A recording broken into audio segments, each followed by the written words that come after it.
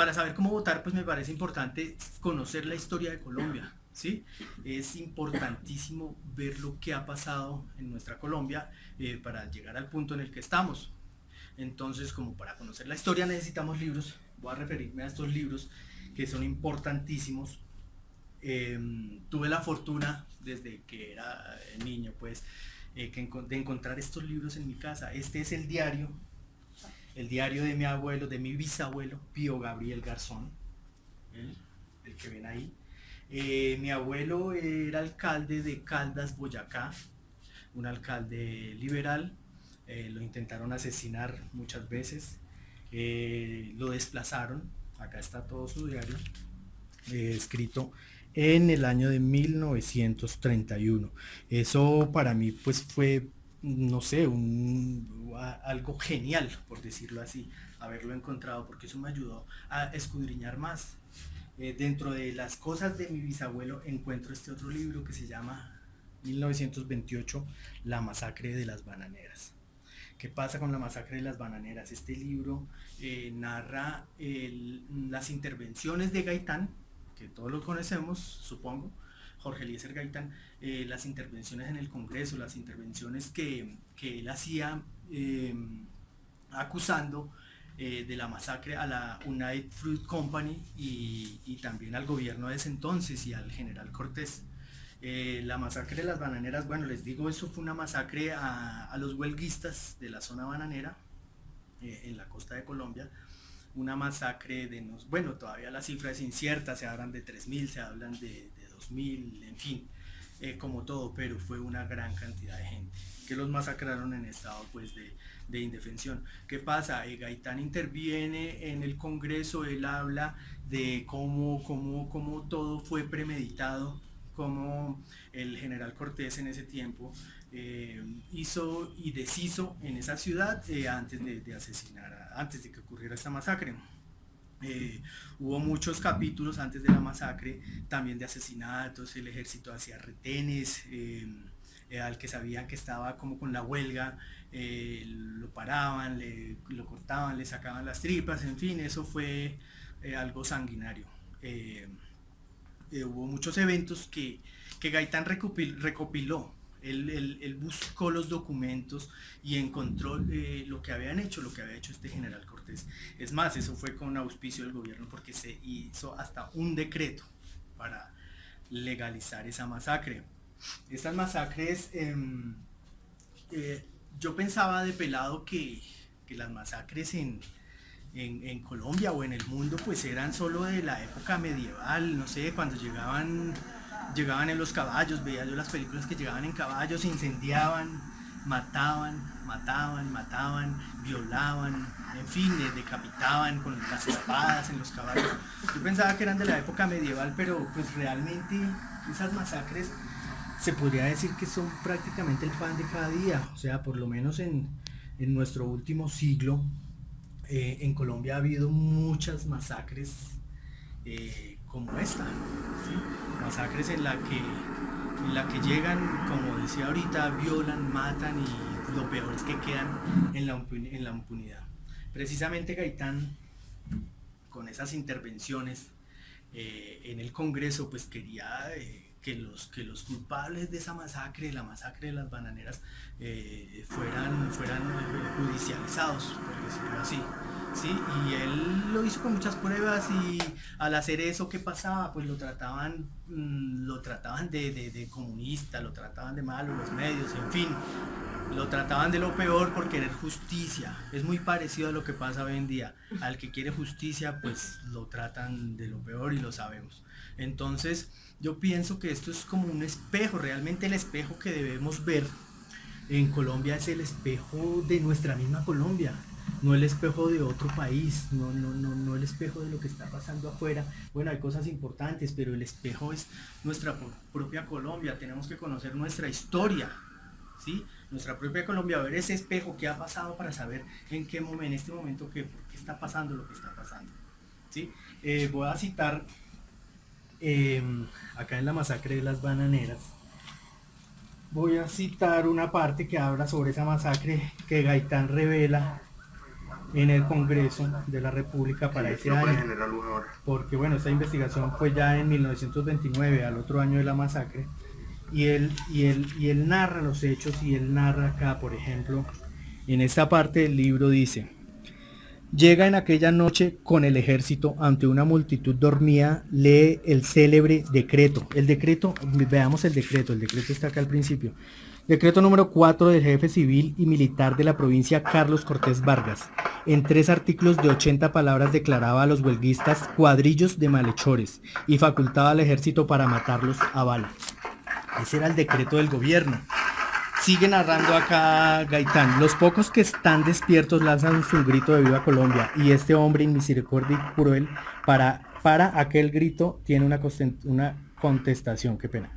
Fuego, empiezan a disparar las ametralladoras, después los fusiles 5 minutos. La tragedia está consumada, muchas vidas. Cientos de vidas caen bajo la metralla asesina. La orden la había dado un hombre ebrio. Pero no basta eso, no se conforma con haber asesinado a inocentes, ordena la persecución, bayoneta calada sobre la multitud vencida, sobre los seres que en el suelo lanzan los ayes, y allí vienen cuadros de horror increíbles. Los heridos son rematados con la bayoneta. Ni el llanto, ni la imploración, ni el correr de la sangre conmueve a esas hienas humanas. Bayoneta para los moribundos, despiadado horror. No sé por qué la divina providencia no abrió la tierra bajo las plantas de estos monstruos para tragárselos vivos. Grandes aplausos en el Congreso, pues. Los muertos son luego transportados en camiones para arrojarlos al mar, y otros son enterrados en fosas previamente abiertas. Pero digo mal, se entierra no solo a los muertos, se entierra también a los vivos que estaban heridos. No basta su imploración para que no se les entierre vivos. Estos monstruos ebrios de sangre, estos fugados de la selva, no tienen compasión.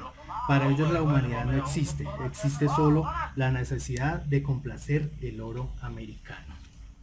Esta es la intervención de Gaitán en ese tiempo sobre la masacre, y voy a encontrar dentro de los libros de mi casa, mi papá también tenía varios libros, esta otra perla de Gabriel García Márquez, escrita en 1967.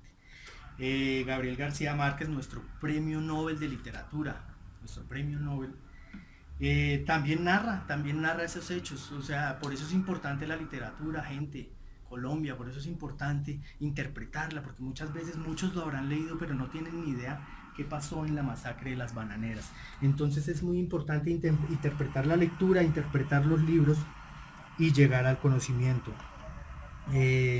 Voy a citar acá en el libro de la masacre de las bananeras, en el libro de 100 años de soledad, lo que narra Gabriel García Márquez sobre la masacre de las bananeras. En este libro, pues en la página 227. Cuando José Arcadio II despertó, estaba boca arriba en las tinieblas. Se dio cuenta de que iba en un tren interminable y silencioso, y de que tenía el cabello apelmazado por la sangre seca y le dolían todos los huesos. Sintió un sueño insoportable. Dispuesto a dormir muchas horas a salvo del terror y el horror, se acomodó del lado que menos le dolía, y solo entonces descubrió que estaba acostado sobre los muertos. No había un espacio libre en el vagón, salvo el corredor central. Debían de haber pasado varias horas después de la masacre, porque los cadáveres tenían la misma temperatura de yeso en otoño, y su misma conciencia de espuma petrificada. Y quienes los habían puesto en el vagón tuvieron tiempo de arrumos en orden y en el sentido en que transportaban los racimos del banano. Entonces, querida Colombia, esto nos muestra que pues la violencia, las masacres, no son cosa de solo hoy en día, de nuestros últimos 50 años, no. Las masacres vienen desde hace más años, desde por lo menos la masacre de las bananeras ocurrió hace 90 años, se pueden imaginar. Y no, pues la violencia en Colombia viene desde mucho antes, o sea, desde el siglo antepasado, ¿sí? El siglo después de la independencia con Bolívar vino marcado de golpes de estado, de derrocación, bueno, de guerras, de un sinfín de violencia. Al final del siglo antepasado ocurre la guerra de los 1000 días. ¿Sí? Bueno, no nos vamos a referir mucho a eso, pero siempre ha habido violencia por lo general. Corrupción también, nomás es en principio de siglo, por ejemplo en 1903 tal vez, cuando un presidente marroquín, un presidente con inexperiencia, por eso debemos escoger gente que tenga experiencia. Ese presidente, un inexperto con inexperiencia, corrupto, ¿qué hizo con Panamá? Para los que no saben, Panamá era parte de Colombia. ¿Qué pasa qué pasa con esa inexperiencia que nos lleva a que los corruptos aprovechen? Nos lleva a que hayan catástrofes, nos llevan a que perdamos territorio, nos llevan a que haya violencia, bueno, en fin, sin un número, a un número indeterminable de cosas. ¿Por qué? Porque nosotros elegimos a esos gobernantes. Entonces, la corrupción viene desde hace mucho tiempo. Es más, vamos a citar acá no solo la corrupción, los testigos falsos, en fin, vamos a citar acá los testigos falsos en la página 77 de este libro. 77. Dice Gaitán, dice así la declaración.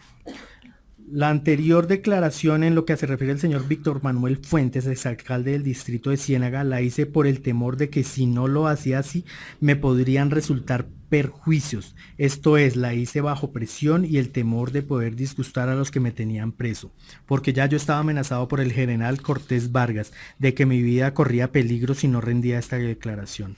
Antes de declarar, ya el general Cortés me había ofrecido ponerme en libertad. Si le gustaba mi declaración, pero no lo hicieron hasta el final de ella, porque el que me la tomó no sabía si al general Cortés Vargas le gustará lo que yo había dicho. Le gustara, pues. Entonces, la cuestión de los falsos testigos no es cuestión de hoy en día, es cuestión de todo este siglo. Todo este siglo hemos tenido gente perversa que usa testigos falsos para beneficios propios.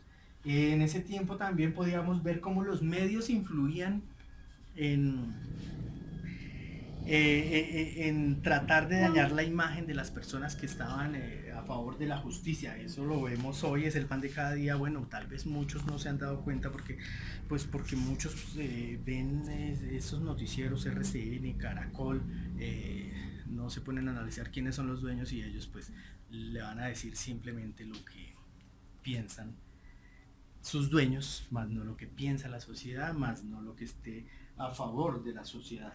Vamos a ver aquí cómo los medios influenciaban esa parte.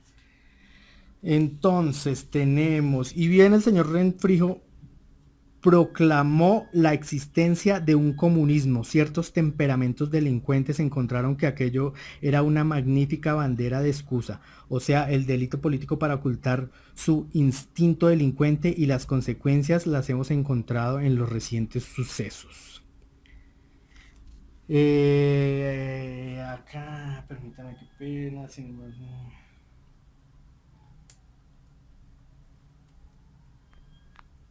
a ver, esa otra parte de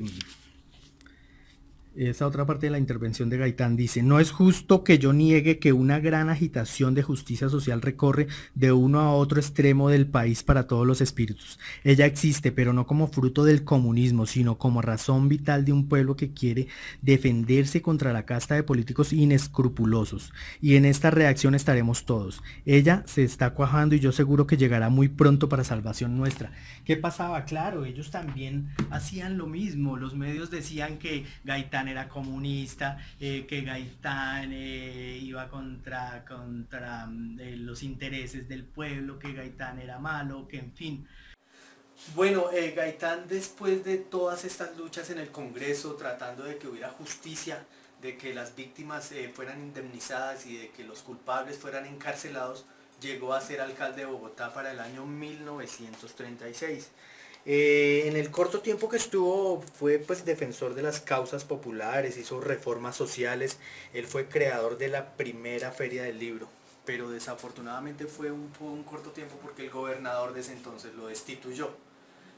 como ha pasado en nuestros tiempos, por eso les hablo del espejo, lo destituyó. Para ese tiempo también encontramos a Alfonso López Pumarejo como presidente. Fue un gran dirigente, se considera el gobierno más progresista de toda la historia de Colombia. Él fue creador tenía la idea de la revolución en marcha, de la modernización de la economía, tenía la idea de una política agrícola, industrial, tenía muy presente la educación, mejoró la educación universitaria, la presencia de la mujer fue más visibilizada en ese tiempo, estableció libertad de cultos, estableció el patrimonio familiar inembargable, también él fue el autor de que las vacaciones fueran remuneradas, o sea, las vacaciones se las debemos a Alfonso López Pumarejo. Desafortunadamente, como los buenos líderes y como siempre pasa, también trataron de hacerle un golpe de estado, en fin, al final él renunció y se exilió en México. Gaitán pretende llegar a la presidencia para 1946, habla con Turbay, que son pues como las fuerzas alternativas de ese entonces, y le dice, bueno, Turbay, unámonos, vamos a ganar la presidencia pues para continuar algo de la revolución en marcha, para continuar con las buenas ideas de Alfonso López Pumarejo. Pero ¿qué pasa? Turbay no cede, resultan separándose, resulta que se van a elecciones por separados contra Ospina Pérez, y fue un gran error. Eso también lo vemos, eso pasa ahorita, se separaron las fuerzas alternativas y perdieron. Realmente perdieron, llegaron a perder la presidencia, llegaron a perder la oportunidad de haber continuado con ese buen desarrollo de Colombia, y ganó Ospina Pérez. Sin embargo, para las siguientes elecciones, Gaitán vuelve a coger el ritmo, vuelve a llenar plazas, está dispuesto a llegar a la presidencia, pero como estamos en el país de la violencia, Gaitán resulta asesinado en 9 de abril de 1948. Y se acaba la otra oportunidad de que Colombia siguiera por las sendas de la paz, de que Colombia siguiera por las sendas del desarrollo. Eso estamos hablando hace 70 años. Como quien dice, es la última oportunidad, fue la última oportunidad que tuvimos para que este país pasara de la violencia a la paz y al desarrollo y a la modernidad. Después de la muerte de Gaitán viene una época de violencia en Colombia más agresiva. O sea, se enardece el pueblo, se incendian las instituciones, viene la violencia más fuerte entre conservadores y liberales. O sea, si había violencia antes, esta parte fue peor.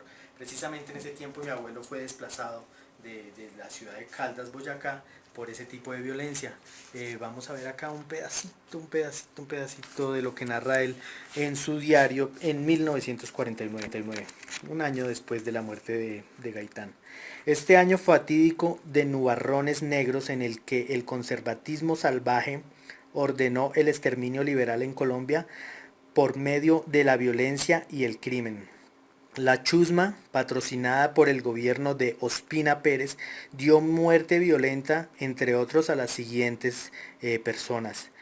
Octavio, a Evangelino Páez, Sánchez, bueno, etcétera, etcétera, etcétera.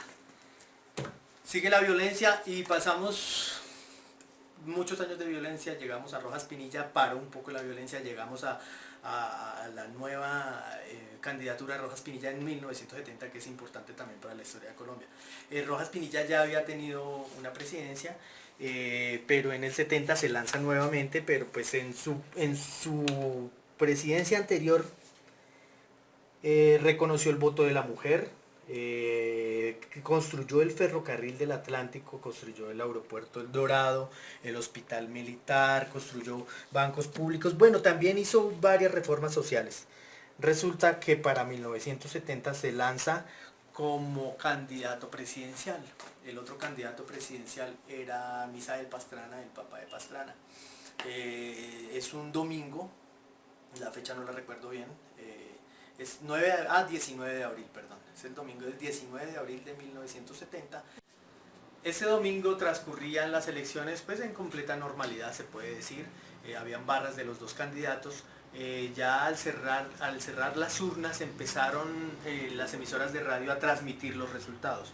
Cada determinado tiempo transmitían el resultado. Curiosamente el ministro de gobierno estaba transmitiendo resultados y debería ser el registrador. Bueno, eso como dato curioso. No sé, por la noche, llegada la noche, ya se daba como ganador a Gustavo Rojas Pinilla por un margen muy, muy, muy amplio. Pero las emisoras dejaron de transmitir. Luego de esto se fue la luz. Luego de esto, Lleras Camargo, el presidente encargado en ese tiempo, no, el presidente electo en ese tiempo, abuelo del señor Vargas Lleras, decretó toque de queda. Estuvo muy raro, muy raro, muy raro, pero bueno, la gente se fue a dormir y el lunes siguiente estaban ya celebrando la presidencia de Rojas Pinilla, pero resulta que no, oh sorpresa, el nuevo presidente de Colombia era Misael Pastrana, el papá de Pastrana. Ese es el espejo que también debemos ver.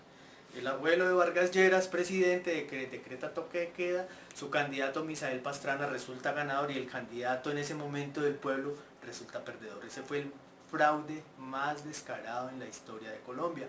A raíz de ese fraude, ¿qué pasa? Nace el M-19. A raíz de esa injusticia nace el M-19, creado por un grupo de estudiantes que no están conformes con esta decisión y que piensan que, o saben, que hubo un fraude descarado. Ese grupo se da a conocer con hechos como el robo de la espada de Bolívar, el robo de las armas del Cantón Norte por un túnel. Después de ese robo muchos fueron presos. A raíz de eso se toman la embajada de la República Dominicana para solicitar la liberación de esos presos. Afortunadamente el gobierno dialoga y el desenlace no es violento.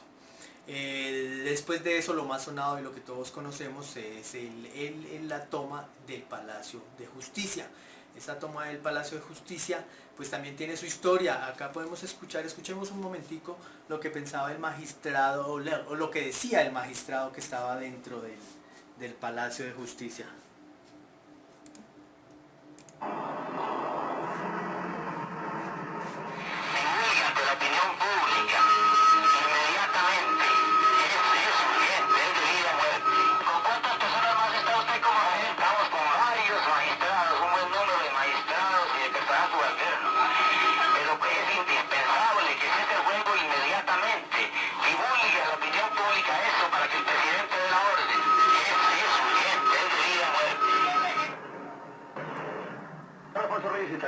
Cuéntenos, pero ¿qué hay que hacer? Pues, que el presidente de la República dé finalmente la orden de cese el fuego. Inmediatamente. Estas palabras de súplica del magistrado de la Corte nos demuestran que el verdadero masacrador del Palacio de Justicia fue el gobierno. Y bueno, no solo las palabras, también los hechos, porque después de esto supimos que muchos sobrevivientes que salieron del Palacio de Justicia fueron llevados a la Casa del Florero, fueron torturados, fueron desaparecidos por el propio ejército. También hay investigaciones de que muchos de los muertos magistrados tenían tiros de gracia con balas del propio ejército. Entonces esta masacre realmente fue generada por el gobierno de Colombia. También lo ratifica la declaración de Belisario Betancur. 30 años después pide perdón por la masacre del Palacio de Justicia, que se hubiera podido evitar. Cabe anotar que para esta época Gustavo Petro estaba detenido y estaba siendo torturado. Lo podemos comprobar en internet precisamente. Aparte de los libros, hoy en día tenemos la gran herramienta que es la internet.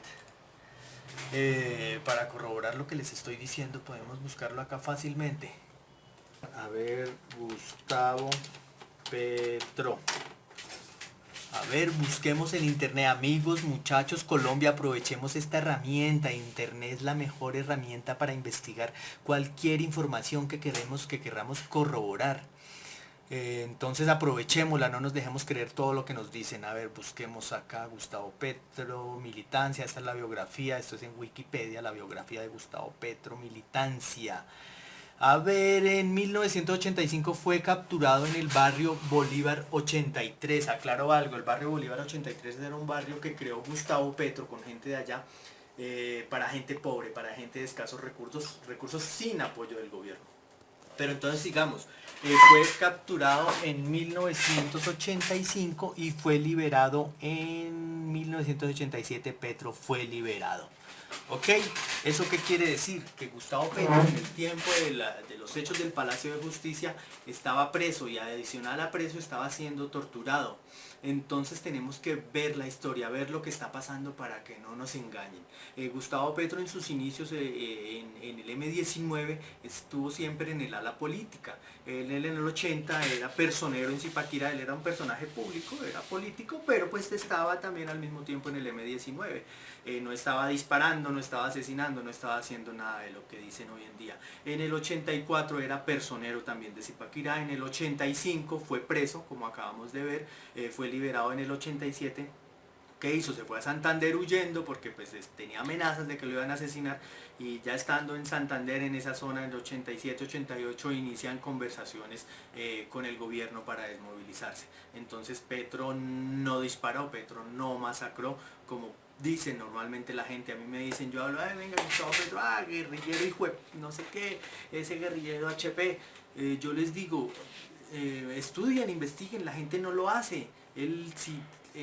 Si hablamos, por ejemplo, de Simón Bolívar, podríamos decir, Simón Bolívar HP, Simón Bolívar sí tomó las armas por nuestra independencia y es un ícono de Colombia y bueno, hasta de Sudamérica, pero no podemos decir Simón Bolívar HP o Policarpa Salabarrieta HP. Para los que no saben, Policarpa, la pola, para los que toman pola, para los que toman cerveza, la pola es en honor a Policarpa Salabarrieta. Entonces, amigos, los invito a investigar. El M-19 se desmoviliza en el año 1990, llega a un acuerdo de paz, la mayoría de líderes fueron asesinados, los que quedaron entraron a la vida política, se distribuyeron por diferentes partidos políticos. Tenemos por ejemplo, a Eber Bustamante. Eber Bustamante era el líder guerrillero, hoy en día es militante del Centro Democrático de Álvaro Uribe Vélez. Sí, señores. Eber Bustamante es de Álvaro Uribe Vélez, lo mismo que Angelino Garzón, que también fue militante del M-19, lo mismo que Carlos Alonso Lucio, el esposo de Vivian Morales, la que se adhirió a la campaña de Duque, también era integrante del M-19, lo mismo que Navarro Wolf, que está en el Partido Verde.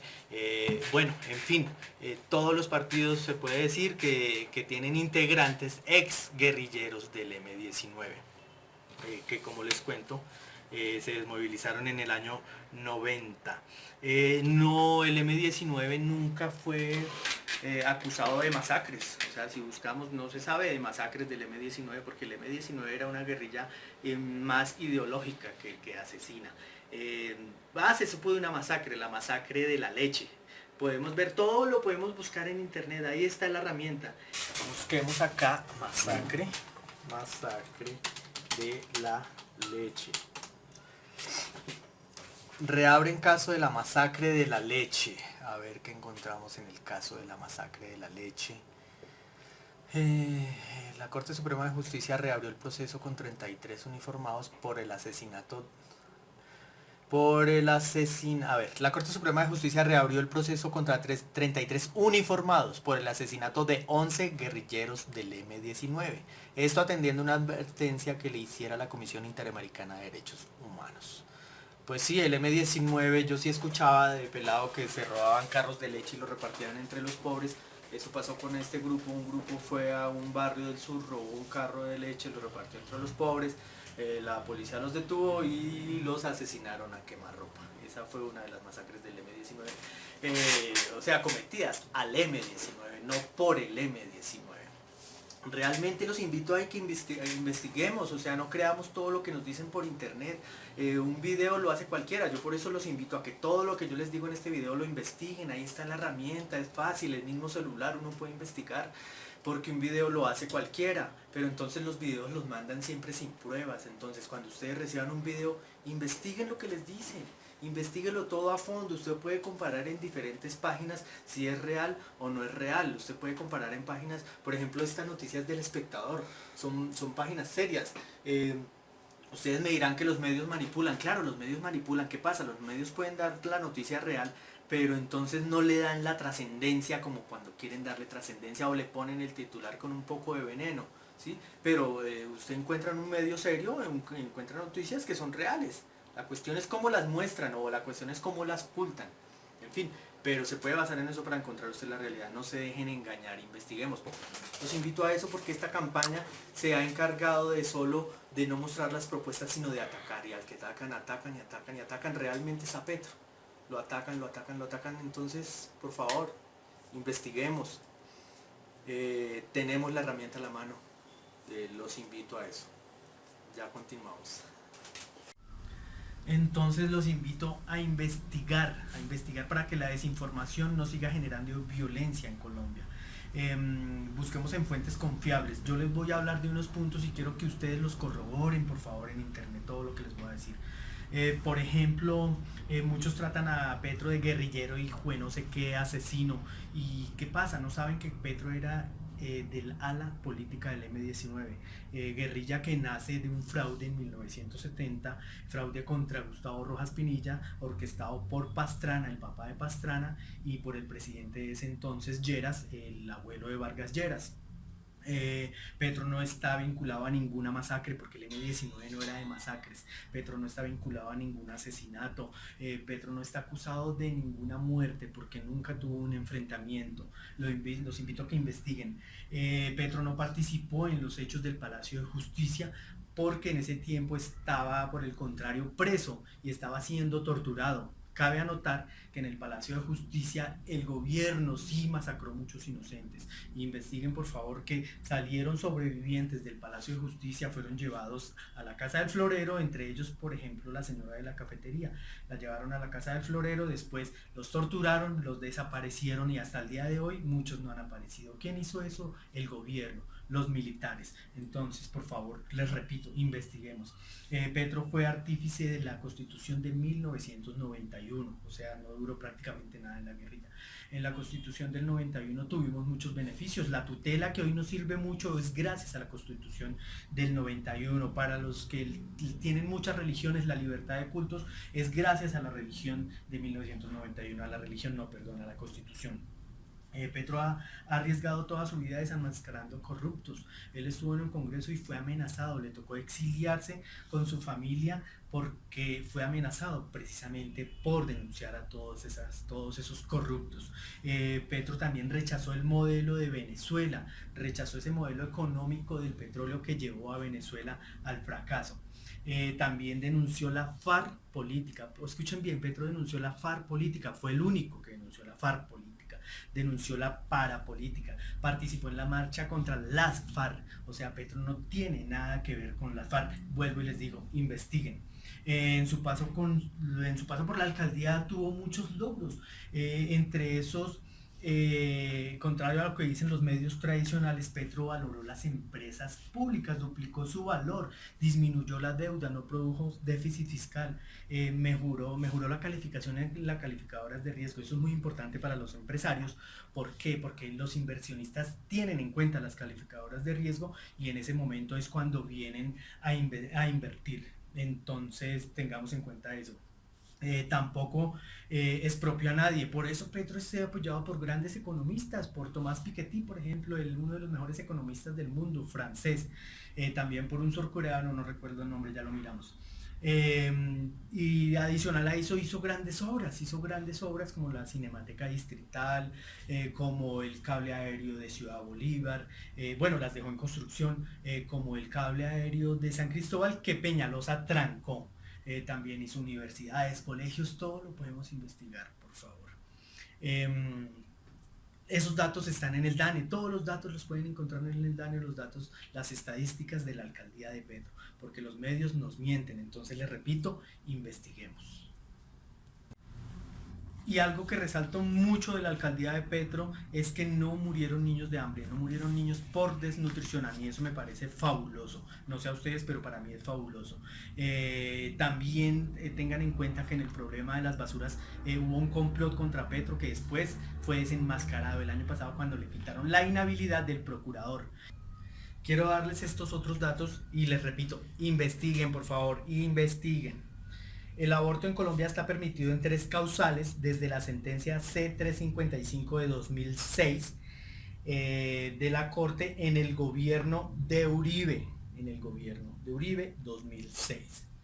En Colombia el matrimonio entre personas del mismo sexo es legal, reafirmado en 2016 luego de varias sentencias judiciales, comenzando por una del 7 de febrero de 2007 en el gobierno de Uribe. La ley 1152 de 2007 del gobierno de Uribe faculta la unidad de tierras para expropiar predios improductivos que propietarios no quieran vender, también en el gobierno de Uribe. Y otro datico, Duque y su bancada radicaron proyecto de ley el 5 de octubre de 2016 para crear salas de consumo de drogas, aceptando la dosis personal y reforzándola. Son daticos reales que pueden investigar, referentes al matrimonio entre personas del mismo sexo, al aborto en Colombia, a la expropiación y a la dosis personal. Para finalizar, invito a los abstencionistas, a los del voto en blanco, a los jóvenes a que voten, por favor, voten. Esta es la oportunidad del siglo. Estamos a una sola X de acabar con 200 años de corrupción. Ya nosotros somos inteligentes y sabemos que los corruptos están en un bando, están ahí. Todos los expresidentes que se han robado 50 billones de pesos al año están ahí. Con una sola X podemos terminar esto. Muchos dicen, no, pero es que yo voto y mi vida sigue igual, me toca seguir trabajando y siempre son los mismos ladrones. Les digo una cosa. Hemos votado siempre por los ladrones, es hora de votar por los honestos, por eso no los conocemos. Por favor, reaccionemos, votemos por ellos. Que nos toca seguir trabajando, claro, nos toca seguir trabajando a todos. Yo el lunes tengo que seguir trabajando, yo soy independiente, gracias a ello puedo estar barbado y mechudo, pero no soy vago, soy trabajador y el lunes seguiré trabajando. Entonces, ¿qué pasa? Cambia algo. A nosotros tal vez no nos afecta tanto, pero sí afecta a las nuevas generaciones, sí afecta a la gente que nace en la miseria. No seamos egoístas, hay gente que nace en la miseria, hay gente que nace entre las balas, entre la guerra, hay gente que no tiene oportunidades. Y no solo eso, más adelante los daños al medio ambiente. Tengamos en cuenta que la corrupción genera daños al medio ambiente, como Chirajara, como Hidroituango, como Lizama, la contaminación, el agua se nos va, eso es perjudicial y más adelante en un futuro va a ser perjudicial. Entonces sí es muy importante votar. Entonces, colombianos, así como Jesús, nosotros también queremos la paz, la protección del medio ambiente, el cuidado de los animales y el respeto por la vida humana. Por eso votemos por Gustavo Petro, presidente de la Colombia Humana.